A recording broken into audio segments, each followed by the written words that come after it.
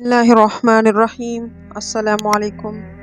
آج میں آپ کے سامنے واقعہ معراج پیش کروں گی۔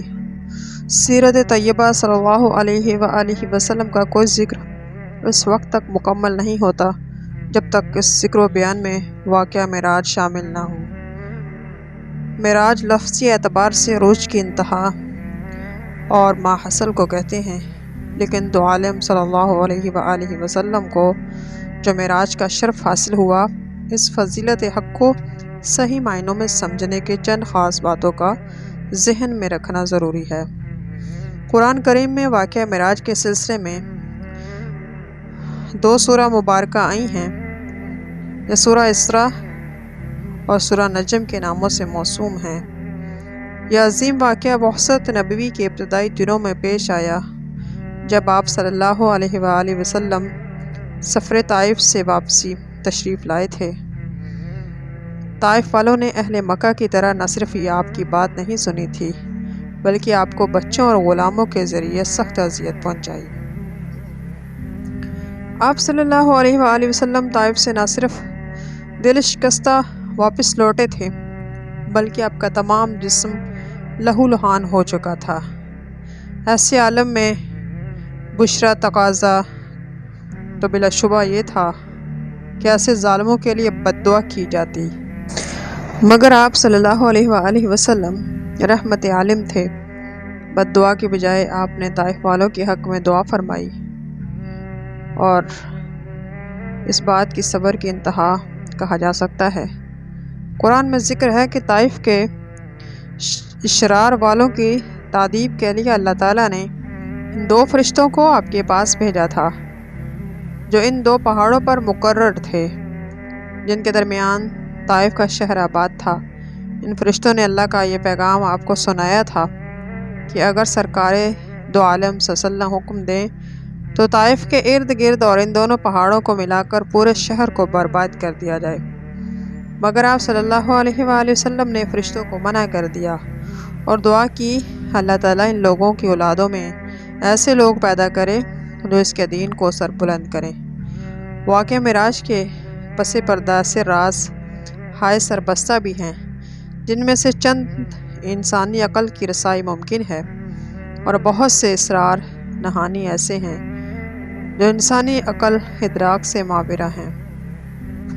معراج کا واقعہ اس وقت پیش آیا جب آپ صلی اللہ علیہ وآلہ وسلم اہل مکہ سے مایوس ہو کر طائف والوں کی تبلیغ کرنے کے لیے تشریف لے گئے۔ زخمی ہو کر واپس آئے۔ اللہ تعالیٰ کو اپنی نبی آخر الزماں کی تسلی کے لیے کوئی صورت پیدا کرنی تھی۔ اس عالم بیچارگی میں آپ چاروں طرف سے دشمنوں میں گھرے ہوئے تھے۔ مکہ والے آپ کی بات سننے کے روا نہ تھے، آپ کو ہر طرح سے اذیت دیتے تھے۔ اس کے باوجود آپ صلی اللہ علیہ وآلہ وسلم عظمت اور ہمت کا ایسا پہاڑ تھے کہ اپنی جگہ پوری استقامت کے ساتھ ڈٹے رہے۔ دنیا میں 1,24,000 تشریف لائے پیغمبر یہ اللہ کی طرف سے اپنی اپنی مخصوص ہدایت کے لیے نبی بھیجے گئے۔ ان میں چند ایسے بندے بھی تھے جنہوں نے اپنی قوم سے مایوس ہو کر ان کے لیے بد دعا کی، لیکن رسالت مآب صلی اللہ علیہ وآلہ وسلم ان تمام انبیاء کے معاملے میں بہت مختلف تھے۔ ان تمام انبیاء سے منفرد تھے۔ آپ کے بعد چونکہ کوئی نبی نہیں آنے والا تھا، اس لیے آپ کو ایک مکمل شریعت، مکمل پیغام کی صورت میں قرآن دیا تھا۔ اس کے باوجود کائنات کے کچھ ایسے راز ہائے سربستہ بھی تھے جن کے بارے میں نبی محترم کو مشاہدہ کرانے کی ضرورت اللہ کو پیش آئی۔ اللہ تعالیٰ نے اپنے نبی صلی اللہ علیہ وسلم کو اپنی قدرت کاملہ سے رات کے وقت مسجد الحرام سے مسجد اقصیٰ تک سیر کرائی۔ وہاں تمام انبیاء مرسلین کی امامت کا شرف آپ کو عطا فرمایا۔ عرش سے ایک سواری یعنی براق بھیجی گئی۔ آپ صلی اللہ علیہ وسلم حضرت جبرائیل کی معیت میں عرش پر تشریف لے گئے۔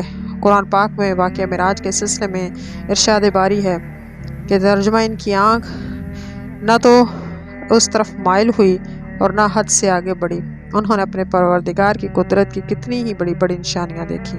سورہ نجم۔ یہ اللہ تعالیٰ کی طرف سے آپ کی ضیافت عزت افزائی تھی۔ آپ کی دلداری اور دل نوازی اور طائف کے ان زخموں کو مندمل کرنے اور توہین، ناقدری اور بیگانگی، بے وفائی کی تلافی کے لیے تھی، جس کے سخت امتحان آپ وہاں گزار رہے تھے۔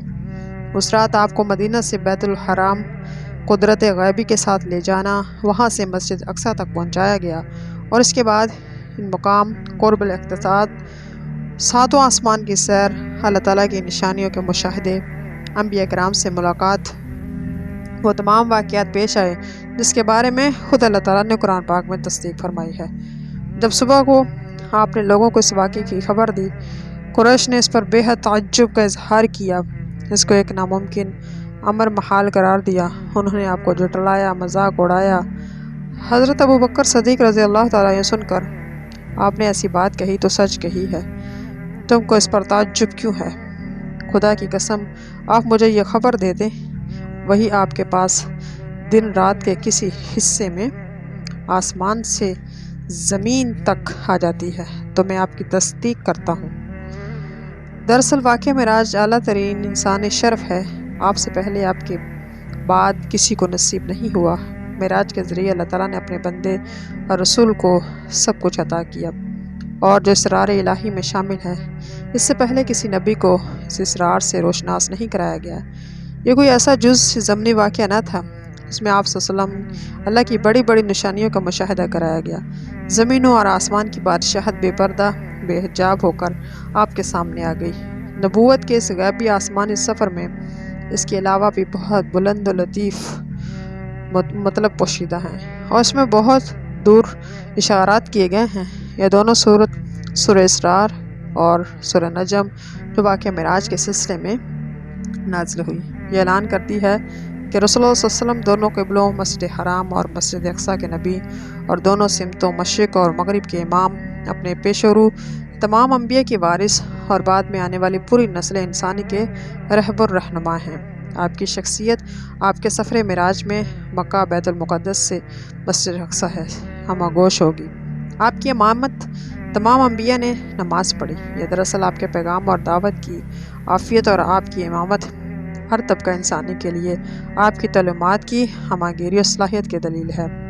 واقعہ معراج دراصل ایک محدود، مقامی، عارضی نوعیت اور نبوت کی ابدی عالمگیر شخصیت کے درمیان خط فاصل اور امتیازی لکیر کی حیثیت رکھتا ہے۔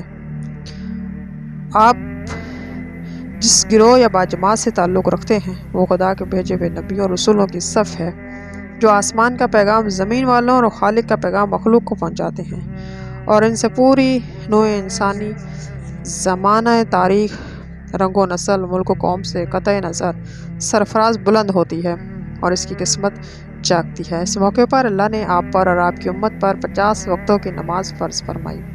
آپ برابر اس میں تخفیف کا سوال کرتے رہے، یہاں تک کہ اللہ تعالیٰ نے اس کو دن میں 5 وقت کا محدود کر دیا، اور اعلان کر دیا جو ایمان احتساب کے ساتھ یہ نماز پڑھے گا، اس کو اجر 50 نمازوں کا ہی ملے گا۔ صدق اللہ العظیم۔